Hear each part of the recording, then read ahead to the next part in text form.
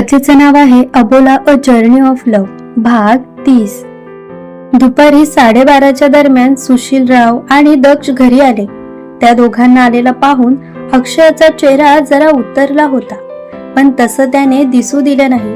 त्याचा चेहरा त्याने नेहमीप्रमाणे सडू मोडवर ठेवला, जे पाहून दक्ष त्याच्याकडे रागाने पाहत होता. पण अक्षयने मात्र त्याला खुनशी स्माईल दिली. ते पाहून साले साहेब वरमले. सुशीलराव घरी आले तसं अमूल्य त्यांच्या पाया पडली. त्यानंतर सर्वजण हॉलमध्ये बसून गप्पा मारत होते, कारण जेवणासाठी अजून अर्धा तास तरी बाकी होता. सुशील भाऊजी, तुमच्या शॉपचं काम कुठवर आलं आहे? नीरव मागे म्हणाला होता की संपदा शॉपचं प्लॅनिंग करते. वसुंधराताईंनी विचारलं. अहो वहिनी, प्लॅनिंग करून मुलगी शॉपच्या कामालाही लागली आहे. तिचा उत्साह एवढा वाढला आहे की पुढच्या महिन्यापर्यंत काम पूर्णच होईल म्हणून समजा. तशा आमच्या सर्व मुली मेहनती आहेत. त्यांना रात्र रात्र जागून काम करायची सवय आहे. फक्त आता छोटीच्या जॉबचा जरा इश्यू आहे. तिला प्रोफेसर म्हणून चांगल्या कॉलेजमध्ये जॉईन व्हायचं आहे. ती बिचारी त्यासाठी धडपड करत आहे. सुशीलराव म्हणाले. अहो भाऊजी, एवढं कॉलेज शोधण्यासाठी धडपड करायची काय गरज आहे? आपलं एवढं मोठं कॉलेज आहे ना, मग असं असता अविरा इतर कॉलेज का शोधते? वसुंधरा म्हणाल्या. ते तर मलाही माहिती नाही, पण दादा जेव्हा तिला म्हणाला होता की तुमच्या सावित्रीबाई फुले कॉलेजमध्ये जॉईन हो, तर तेव्हा ती नाही म्हणाली. आता तिने नकार का दिला हे तर मला माहिती नाही, पण तिची इच्छा नसता शेवटी आम्ही तरी काय बोलणार? सुशीलराव.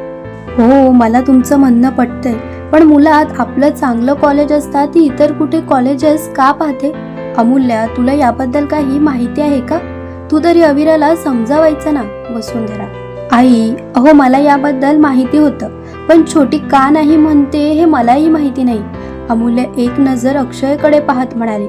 असो, मी तिच्याशी बोलून बघेन. बरं दक्ष, तू केव्हा गोव्याला शिफ्ट होतोस? वसुंधराताईंनी दक्षला विचारलं.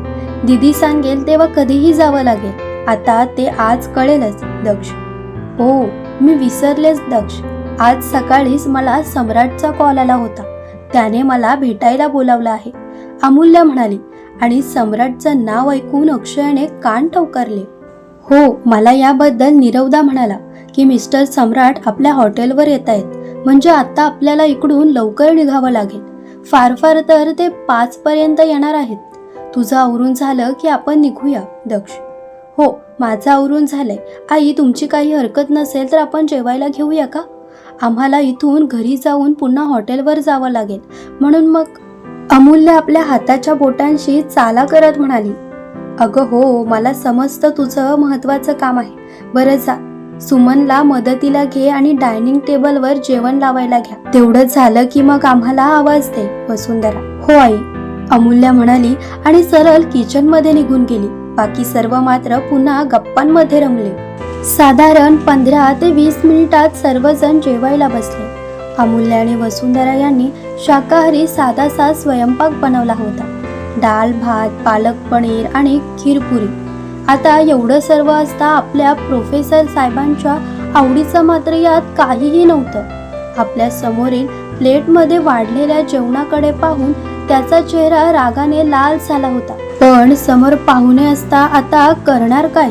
शेवटी न राहून त्याने कसं बसं जेवायला घेतलं. पण त्याचा तो रागाने लालबुंद झालेला चेहरा पाहून अमूल्य मात्र मनातल्या मनात जणू खुशीने नाचत होती.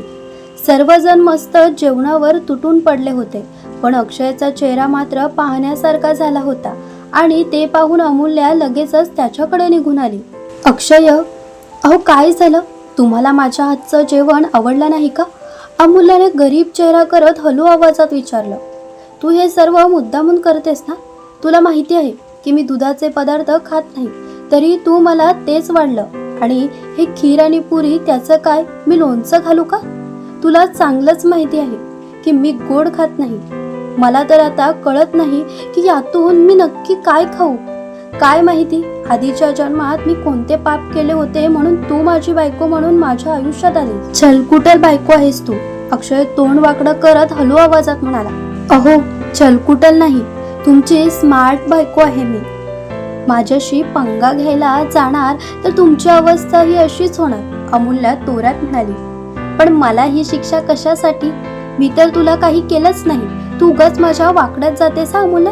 अक्षय, आणि तुम्ही माझ्या आणि माझ्या बॉयफ्रेंडच्या वाकड्यात जाताय त्याचं काय? अमूल्या भुवया उंचावून म्हणाली. पण मी असता तुला बॉयफ्रेंड हवाच का?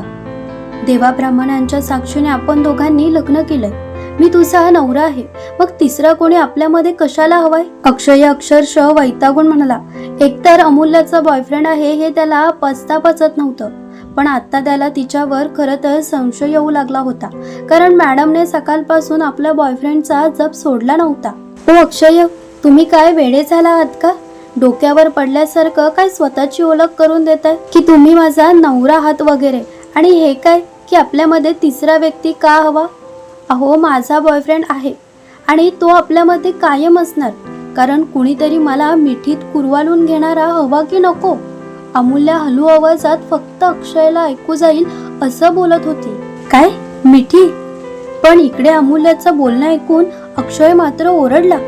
तसं जेवण करणारे सुशीलराव, निहीर, दक्ष आणि सोबत वसुंधरा ही त्याच्याकडे काय झालं अशा आविर्भावात पाहू लागल्या.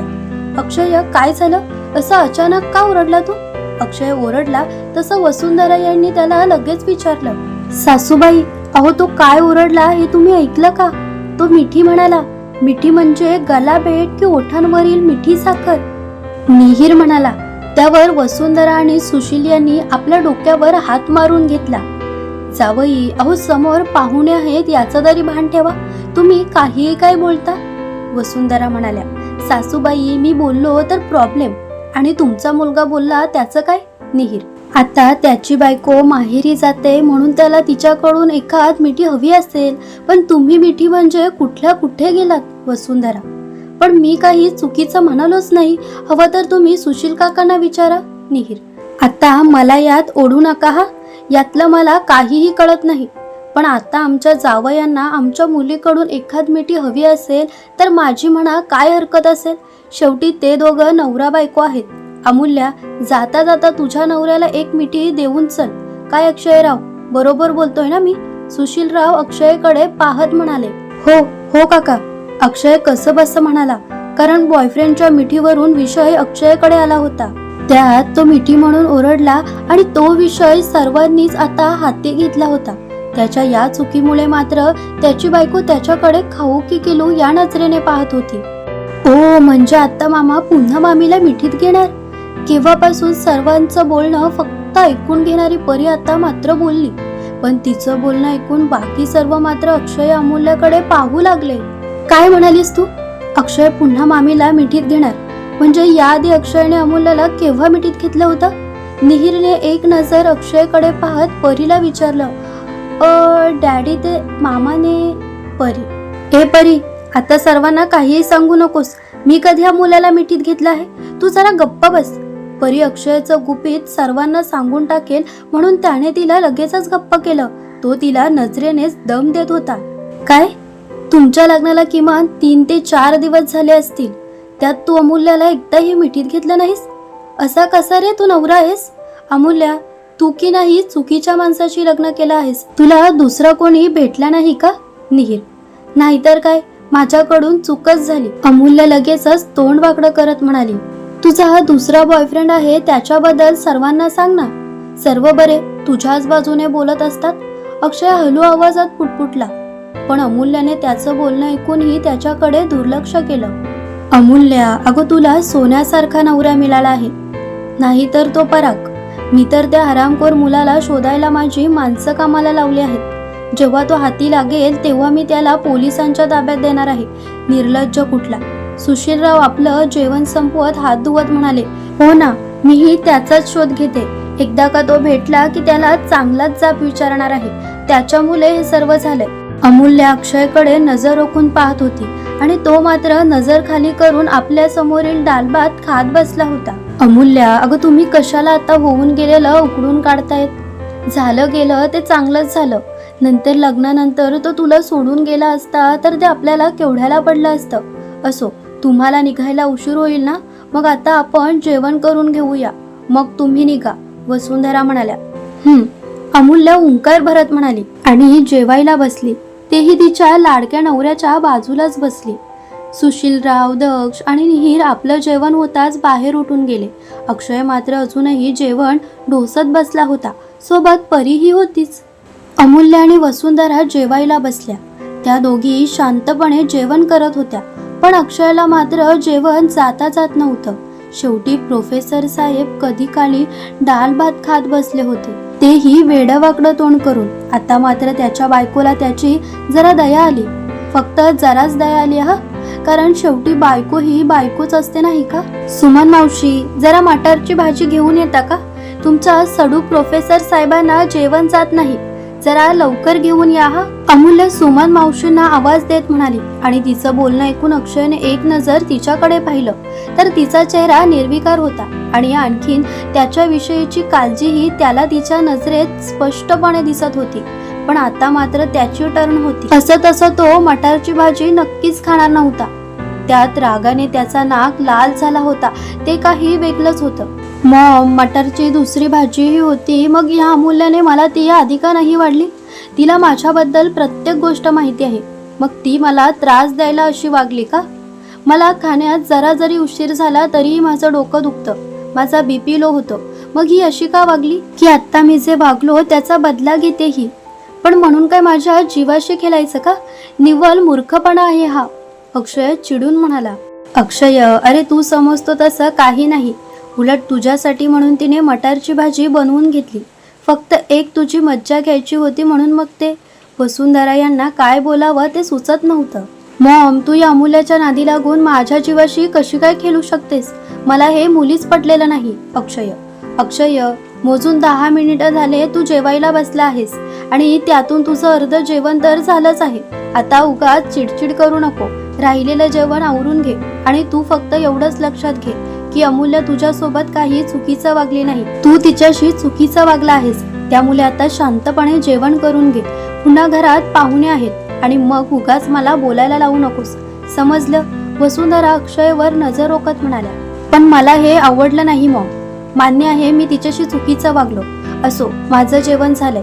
आता मटारची भाजी तुझ्या लाडक्या सुनेलाच खायला घाल, अक्षय म्हणाला आणि जेवण अर्धवट ठेवून उठला. त्याने हात धुवून घेतले आणि तो रागातच तेथून निघून गेला. आई, आता काय करायचं? त्यांना काही झालं तर? अमूल्या काळजीत म्हणाली. तू असता आता त्याला काहीही होणार नाही. तू जेवून घे. तुम्हाला निघायचं आहे ना? मग आता उशीर व्हायला नको.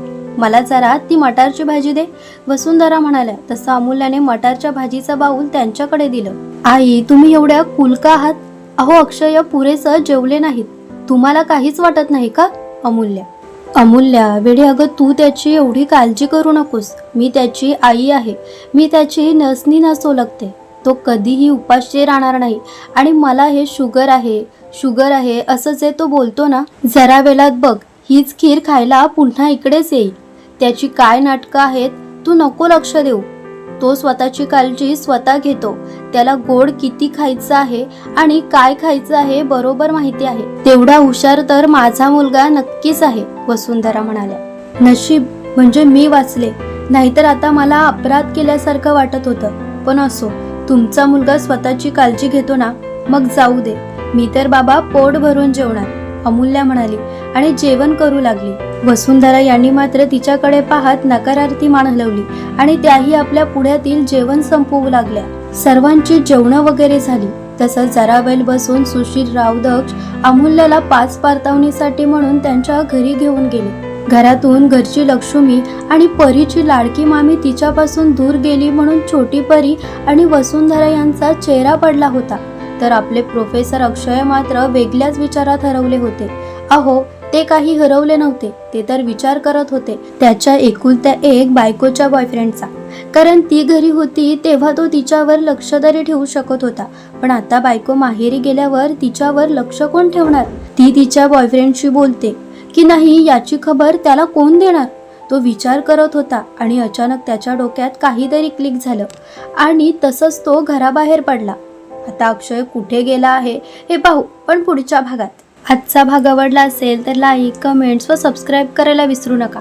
चला तर पुढील भागात लवकरच भेटू. धन्यवाद.